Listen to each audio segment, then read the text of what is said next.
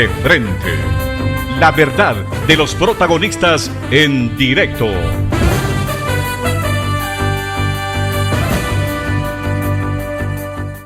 Amigos televidentes, gracias por estar en nuestra sintonía. Somos Junto a la Verdad, periodismo para todos. Estaremos realizando un análisis de lo que han sido las marchas a nivel nacional. Recordemos que desde este 2 de agosto, desde la provincia de Zamora Chinchipe, ha iniciado la marcha indígena con algunos líderes sociales que han avanzado por las diferentes provincias hasta llegar a la ciudad capital, en donde se han unido ese 13 de agosto con los trabajadores, con el sector de los jóvenes. También se han unido los médicos, entre otros grupos sociales. El pedido es que se archive las enmiendas constitucionales, que cambie de actitud el presidente de la República, el archivo definitivo de la ley de herencias, como también de la plusvalía, entre otros temas. Sobre este aspecto estamos realizando un análisis de lo que ha sido esta marcha nacional, en donde el sector de la oposición ha indicado que se estará radicalizando las medidas, mientras que el sector del gobierno nacional ha indicado que ha sido un fracaso.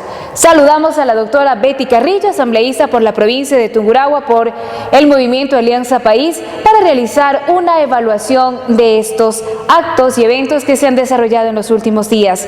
Asambleísta, bienvenida a este espacio informativo. ¿Cuál es su lectura sobre las marchas en la provincia de Tungurahua y a nivel nacional? Bienvenida. Bueno, Alejandra, muchísimas gracias por esta oportunidad de llegar a todo el centro del país.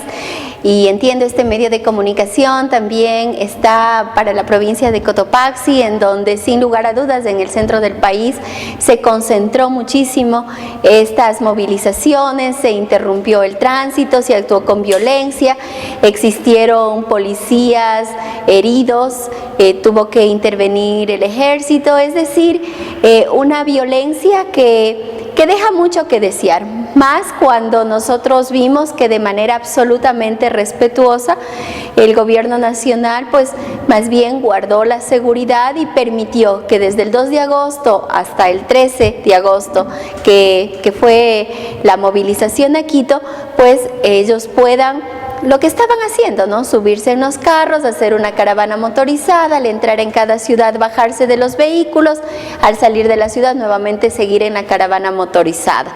Entonces, en el momento en que la ciudadanía que apoya al gobierno nacional quiso hacer lo mismo, lo que hicieron fue cerrar las carreteras. Hemos visto a través de los medios de comunicación y también y principalmente a través de las redes sociales, hemos visto la violencia con la cual han actuado estos personajes de oposición que sin duda alguna lo que quieren es una desestabilización del gobierno. Ventajosamente existe un pueblo movilizado, una ciudadanía consciente que no quiere regresar al pasado y que sin lugar a dudas, no sé, usted y yo, quienes nos están mirando a través de este canal, pues también dicen, ¿quién quieren que asuma la presidencia de la República? ¿Acaso Jaime Nebot? ¿Acaso Lazo? ¿Acaso los representantes de la derecha? Jaime Nebot, Alejandra, más de 20 años en la alcaldía y hasta ahora no ha podido solucionar todos los problemas de Guayaquil. Lazo, responsable de una crisis bancaria, ¿cuándo ha hecho algo por nuestro país, por el pueblo, por la ciudadanía? Ni siquiera un voluntariado. Entonces, ¿a quién queremos poner en la presidencia del Ecuador? Si nosotros ahora, en estos 8 años, nosotros hemos visto cambios sustanciales. Lo principal, Alejandra, el haber recobrado la esperanza. El que nos sintamos orgullosos en cualquier parte del mundo de decir yo soy ecuatoriano. El que tengamos la posibilidad de liderar no solamente internamente, sino a nivel de Latinoamérica, en principios básicos de lo que significa el respeto a la soberanía, el respeto a la autonomía de los pueblos, la no intervención que ha existido siempre de otros países sobre la política interna de nuestro país. Entonces, esas son cosas de fondo, Alejandra, que ventajosamente la mayoría de ecuatorianos lo miran. Y por supuesto que la mayoría de ecuatorianos lo están de acuerdo y lo fortalecen. Que el presidente es un buen presidente, pero ya debe bajar el tono. ¿Acaso vamos a votarle a un presidente por ser un presidente firme y fuerte? No nos acordamos que muchas veces lo que decíamos es, aquí lo que necesitamos es una persona que haga las cosas bien, pero que tenga pantalones para poderse enfrentar a la derecha y a la oligarquía ecuatoriana. Ahora lo tenemos. Asambleísta, es importante también precisar que los actores de esta marcha y paralización nacional han señalado, por un lado, fuera Correa fuera, pero otros sectores también han indicado que el propósito no es desestabilizar democráticamente al gobierno, lo que se pide es un cambio de actitud del presidente de la República, a quien lo han calificado como prepotente asambleísta. Eso es lo que le critican al presidente Correa. ¿Pero contra quién es prepotente? Es prepotente contra la injusticia, es prepotente contra la desigualdad, es prepotente contra esos grupos económicos que siempre nos tuvieron dominados. Es prepotente contra un país como Estados Unidos de Norteamérica, que puso una base de Manta y que causó mucho daño en nuestro país. ¿O nos estamos olvidando de todo lo que ocasionó esa base de Manta en Manta? Cientos y miles de mujeres embarazadas, madres solteras, que fueron abusadas por esos marines que estuvieron en Manta. Entonces, por supuesto, pues, es prepotente contra quien debe ser prepotente, contra la gran oligarquía de nuestro país. Y así es como nosotros, la gente del pueblo, o quienes, como en mi caso, trabajamos con organizaciones sociales, no un año, no 2 años, no previo a las elecciones, sino durante 20 años. Entonces sabemos que esos grupos vulnerables son ahora los que están siendo beneficiados. Alejandra, yo lamento muchísimo, sé que el día de hoy salieron grupos de Quizapincha, de Pilahuín a una marcha. Ahí hay escuelas del milenio, pues Alejandra, se están construyendo escuelas del milenio. La de Quizapincha ya está inaugurada. Que se vayan a conocer pues cómo es esa escuela. Más de 600 niños estudiando ahí, en una escuela en donde realmente es mejor que cualquier escuela, la más cara de la ciudad de Ambato. La mejor escuela. Ahora tienen nuestros niños, nuestros hijos, nuestros hermanos indígenas, son los que ahora tienen esa posibilidad de estudiar. Centros de salud. En Pilahuín, centros de salud, se han construido incluso hospitales y sin embargo un pequeño grupo de indígenas salen a una manifestación a pedir ¿qué? Los alasacas, como no tienen que pedir, entonces ahora quieren escuela del milenio, cuando ahí se va a construir el hospital intercultural en la provincia de Tungurahua. Cuando ahí en Pelileo el gobierno ha entregado más de 30 millones de dólares. En donde recientemente, hace 2 semanas, todos los regantes le entregaron al ministro de Agricultura y Ganadería un proyecto de 30 millones de dólares. En donde recién estuvo el vicepresidente de la República entregando el proyecto Chiquiurco, que dotará de agua potable a la zona central de Pelileo, que antes no tenía, con un apoyo de 7 millones de dólares del Banco del Estado. Donde tenemos infocentros. O sea, esa es la nueva política, en eso se gasta el dinero. Por supuesto, hay gente que estuvo acostumbrada, muchísimas personas que estuvimos acostumbrados a no pagar impuestos, declarábamos en 0. Y que ahora cuando vamos a comprar algo exigimos una factura, porque sabemos que nuestros impuestos están siendo bien utilizados. Una ley de herencias. Por favor, Alejandra, ¿usted cree que los indígenas van a tener problemas con una ley de herencias? No tienen problema con una ley de herencias. ¿Quiénes tienen problema con una ley de herencias? Aquellas personas que, por supuesto, tienen muchísimo dinero y que tienen que heredar. ¿Por qué pueden ser y por qué tienen que ser tan diferentes mis hijos a los hijos de un campesino? ¿Por qué mis hijos tienen que haber heredado el fruto de mi trabajo sin pagar un solo centavo? Mientras que posiblemente el hijo de un campesino que se ha sacado la madre trabajando jamás heredará nada. Si es que yo tengo la posibilidad de aportar a este país, por ese niño tengo que hacerlo, pues. Y no me tiene que molestar. Si es que yo tuve más oportunidades que lo que tuvo el hijo de un campesino, por supuesto que tengo que aportar, pues. No me debe molestar.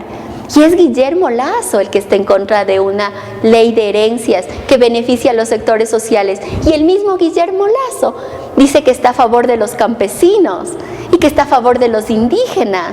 Esa es una doble moral. Esa es la doble moral con la cual no estamos de acuerdo. Entonces, por supuesto, lo que nosotros tenemos que en este momento hacer es lo que estamos haciendo, llamar a un gran diálogo nacional. Por supuesto que sí, escuchar a todos los sectores, llegar a acuerdos, pero no podemos llegar a acuerdos cuando de entrada a nosotros nos están diciendo, primero tienes que derogar esto, si no, no lo hacemos. Y mucho más, cuando lo que nos están pidiendo es beneficioso para la mayoría de los ecuatorianos. Porque nos están pidiendo que se derogue una ley de herencias, que sí, es beneficiosa para la mayoría de ecuatorianos, va a afectar a un 2%, sí, y un 2% significa, no sé, 320,000 personas, frente a ¿cuánto? A 16 millones de ecuatorianos. Entonces, tenemos que legislar y tenemos que trabajar para la mayoría de ecuatorianos, siempre, Alejandra, en toda ley. Van a haber grupos que no están de acuerdo porque les toca, porque de pronto no está en sus intereses.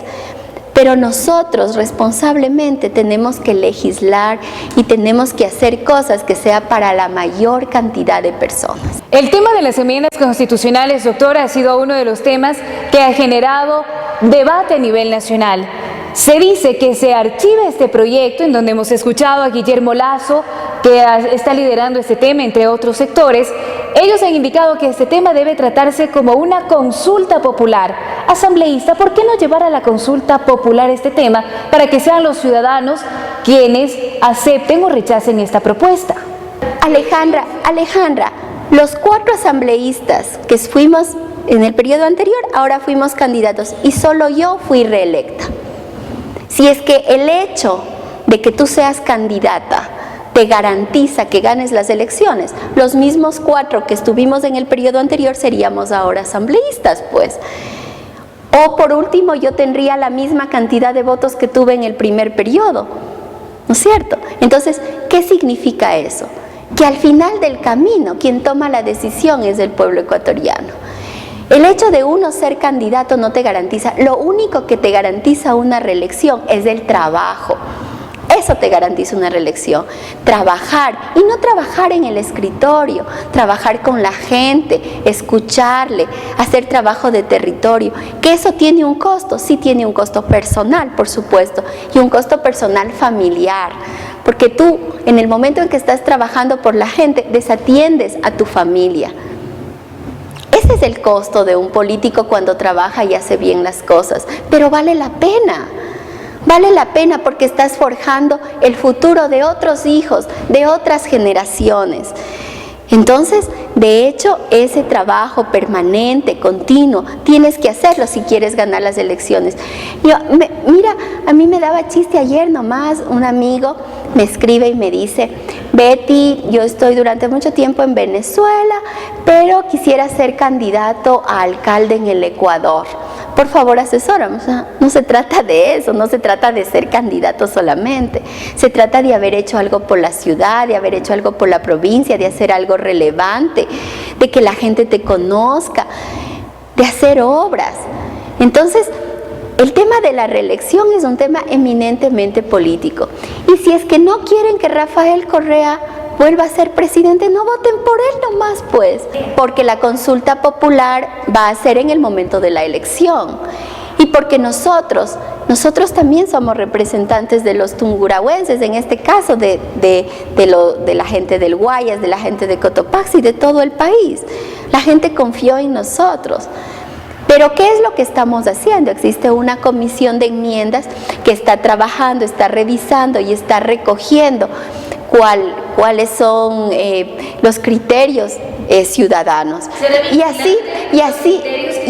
Alejandra, ¿por qué tenemos que hacer caso a un tema de que no haya la reelección cuando, mejor dicho, que no haya la posibilidad de ser candidato, ¿no es cierto? Cuando también pues encontramos a cientos y miles de personas que le gritan a Rafael Correa y que le pedimos a Rafael Correa la reelección. ¿O no estamos escuchando esos gritos? Reelección, reelección. Gente que le apoya y le quiere a Rafael Correa. ¿Por qué tenemos que hacerles caso a quienes gritan fuera Correa? Y tenemos que dejar a un lado esas voces de apoyo, cuando nosotros vemos que esas voces de apoyo son mayoritarias. ¿Y por qué te digo que son mayoritarias? Porque se supone que el 13 de agosto iba a haber un paro nacional. ¿Qué se paró? ¿Qué institución pública o privada paró sus actividades comerciales y de trabajo? Ninguna. Tú eres muy jovencita, Alejandra, y tal vez no te acuerdas, pero yo sí me acuerdo, pues, cómo eran las paralizaciones antes. Se cerraban todas las instituciones, nadie trabajaba. Se cerraban los centros de salud, se cerraba absolutamente todo, no había atención en los locales, cerraban los almacenes. Eso es una paralización. ¿Qué paralización tenemos? Hoy hubo una marcha que tuvo todas las seguridades por parte del Estado, pero que se convirtió en violenta en contra de una fuerza del policía que ahora es totalmente diferente a lo que era antes. Y yo te lo puedo decir con certeza, porque yo era una de las personas que salía a las manifestaciones, que me subía a los trucutús, que gritaba bajo el alto costo de la vida, bajo el alto costo de los pasajes, por el derecho de los maestros, por el derecho a una educación. Esas eran las luchas que teníamos y no había ciudadanía a favor de esos mandatarios. Los proyectos de ley, tanto de herencias como de la plusvalía, generó reacción a nivel nacional. Es en este momento cuando el presidente de la República convoca un gran diálogo nacional a todos los sectores. Sin embargo, él mencionaba sobre las personas de buena fe que estarían llamados a este diálogo asambleísta. ¿Quiénes son esas personas de buena fe? Los funcionarios públicos, son tal vez los militantes de Alianza País, porque los sectores de oposición se cierran a participar de este diálogo. Bueno, yo creo que son claramente identificables quienes están al frente de estos criterios, ¿no? Por un lado, tú decías las cámaras de la producción, me parece la doctora Neida Vázquez, que a mí me ha llamado muchísimo la atención, porque en oportunidades la he escuchado hablar muy bien del gobierno, y bueno, el tema de las herencias parece que es lo que les movió el piso.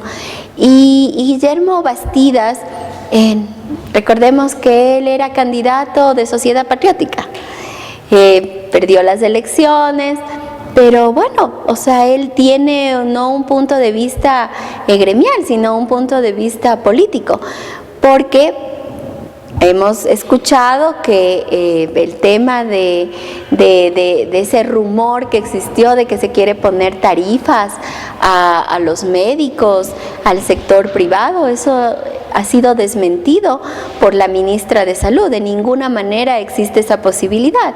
Y el tema de generar una agencia que vigile cómo se dan las prácticas médicas fue una solicitud realizada por los mismos médicos dentro de la Federación Nacional, y eso también ha sido dicho por ciertos dirigentes nacionales. Entonces, todo lo que tiene relación con el reglamento en el campo de los médicos fue discutido, ahora se lo está poniendo en práctica. Si es que quienes estuvieron al frente de aquello, de esos diálogos, no lo socializaron, es un problema interno. Pero el tema de la salud ahora es visto como un tema integral, directamente relacionado con un tema de seguridad social, como directamente relacionado como un eje básico, fundamental, importante, trascendente y de fondo dentro de la política nacional, el tema de la salud. Y es por eso que se está apoyando, ¿para qué? Para que retornen esos cerebros que en algún momento salieron de nuestro país. Y también para contratar a nuevos médicos especialistas, porque lo necesitamos. Entonces, Yo creo que el tema de los médicos es absolutamente solventable en el momento en que realmente ellos quieran acudir a un diálogo en donde podamos sentarnos, en donde se pueda conversar, en donde hayan propuestas y en donde hayan criterios que permitan seguir fortaleciendo la democracia y que nos permita llegar a acuerdos e identificar problemas ya desde la práctica, son bienvenidos. Tenemos una comisión de salud en la Asamblea Nacional que también está abierta al diálogo de manera permanente, y ahí son esos espacios en donde se puede hacer los planteamientos, pero no solamente diciendo esto no me parece, sino también presentando alternativas de solución. Asambleísta, gracias por su participación en Junto a la Verdad, Periodismo para Todos. Ahora el gran propósito que debe existir a nivel nacional es que tanto la oposición como el gobierno nacional se sienten a conversar y lleguen a consensos. El objetivo es de que exista cordialidad y gobernabilidad en el país para que los avances sean totalmente positivos. Luego de la pausa, amigos televidentes, continuaremos con más informaciones en Junto a la Verdad, Periodismo para Todos.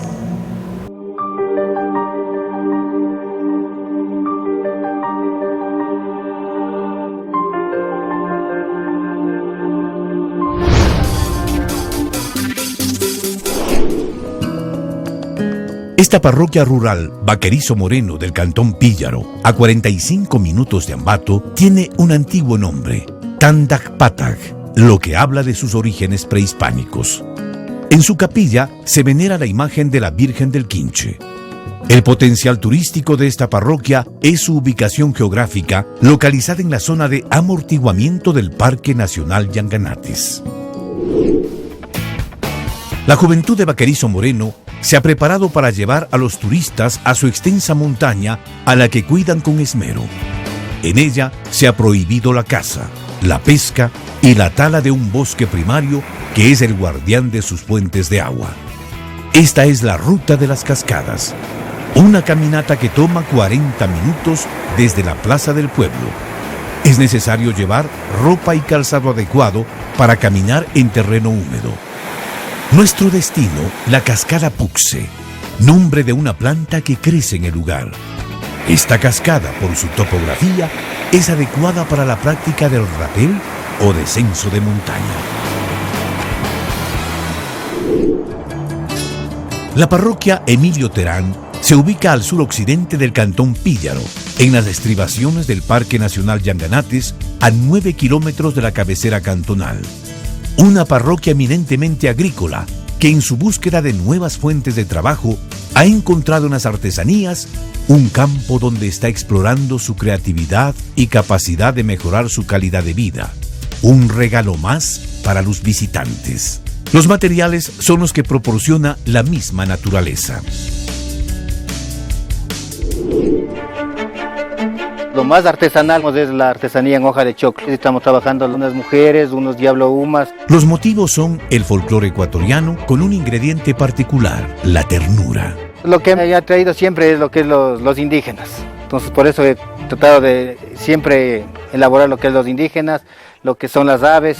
Dentro de los indígenas lo trato yo de expresar el sentimiento de los indígenas, como se ve en el diario vivir de ellos, amarcado a un bebé, cargado a un bebé. En la parroquia Emilio Terán, los colores tiñen las hojas de choclo y la mansa arcilla.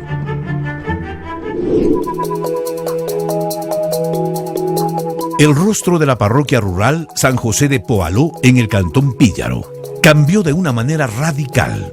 Los artistas, haciendo gala de su creatividad, utilizaron los más diversos objetos, hasta los más extraños, para darles un valor estético. Las paredes se volvieron un amplio lienzo. Esos murales tienen varios significados. Podemos resumir que son las costumbres que hubo en nuestra parroquia hace tiempos, porque en la actualidad prácticamente van desapareciendo esas buenas costumbres de unidad y de cooperación.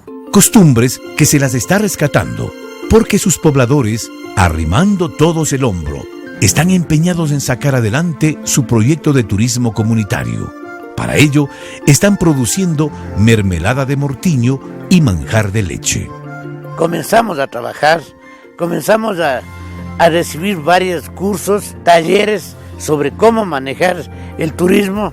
Estamos nosotros prácticamente aptos para poder recibir grupos de turistas acá, llevar a las distintas rutas que tenemos para mostrar la bondad y la exuberancia que tiene nuestra parroquia. Las huertas enriquecidas con abono orgánico, cuidadas con riego adecuado, son sumamente generosas. Hortalizas, tubérculos, frutas y granos sanos atraen a los turistas. En Yanayacu, la calidad de sus aguas limpias y en movimiento continuo permiten el crecimiento de esta calidad de truchas. Un paseo a las orillas del caudaloso río Yanayacu nos consiente el disfrute de una atmósfera fresca, clara y reconfortante. Para los aventureros, una tarabita manual les depara una experiencia excitante. Los campesinos de Yanayacu han recibido gustosos capacitación para atender a los turistas. Pueden guiar con solvencia a los visitantes hacia la cima de estos páramos, que después de un poco de esfuerzo obtienen una grata recompensa: situarse en el mirador de Pucará y solazarse de una vista de los amplios valles bañados por el imponente río Yanayacu.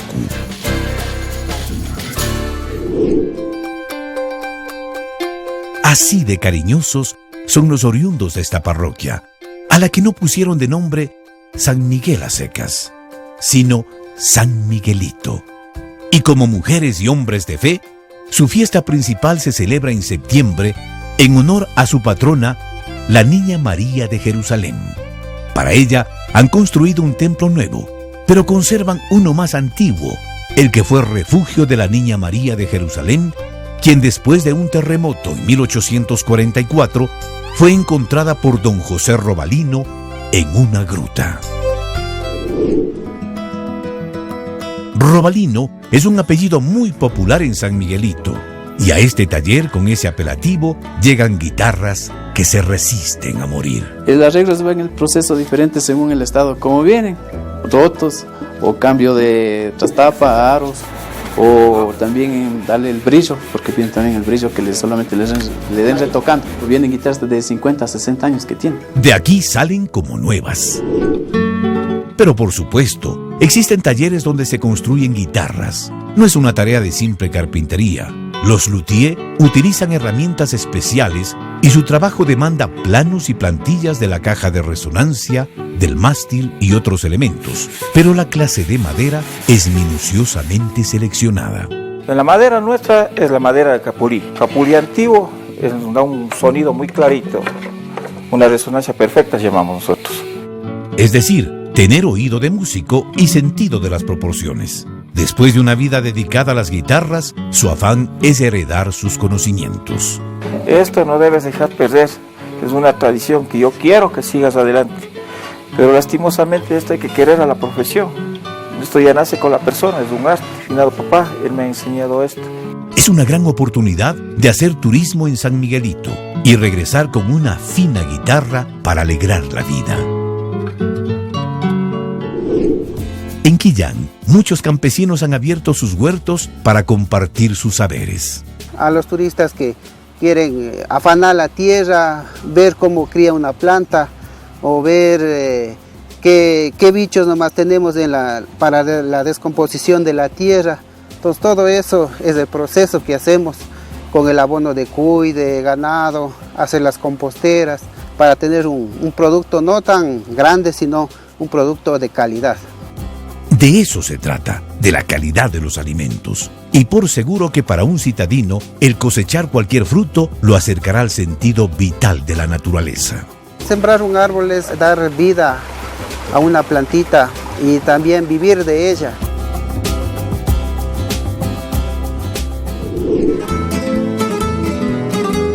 Oxidantes, combustibles, modificadores, aglutinantes, son materiales y palabras asociadas a la artesanía de la pirotecnia. Carrizo, cabuya, papel de empaque, papel celofán y brillante son otros de los materiales con los que estos esforzados artesanos dan forma a las vacas locas, a los voladores, a los cuyes, a los tronantes y sobre todo a los castillos. Una actividad que, cumpliendo con los controles de seguridad, continúan alegrando las festividades populares. Eso es lo que hace esta empresa familiar.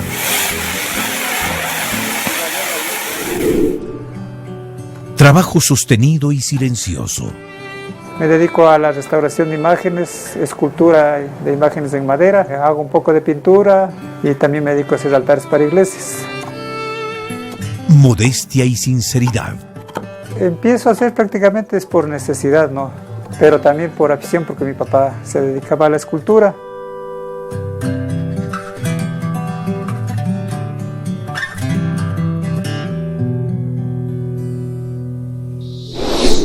¡Qué alentador pertenecer a parroquias de emprendedores, de campesinos que, además de cultivar, quieren enseñar a los turistas el arte de labrar la tierra!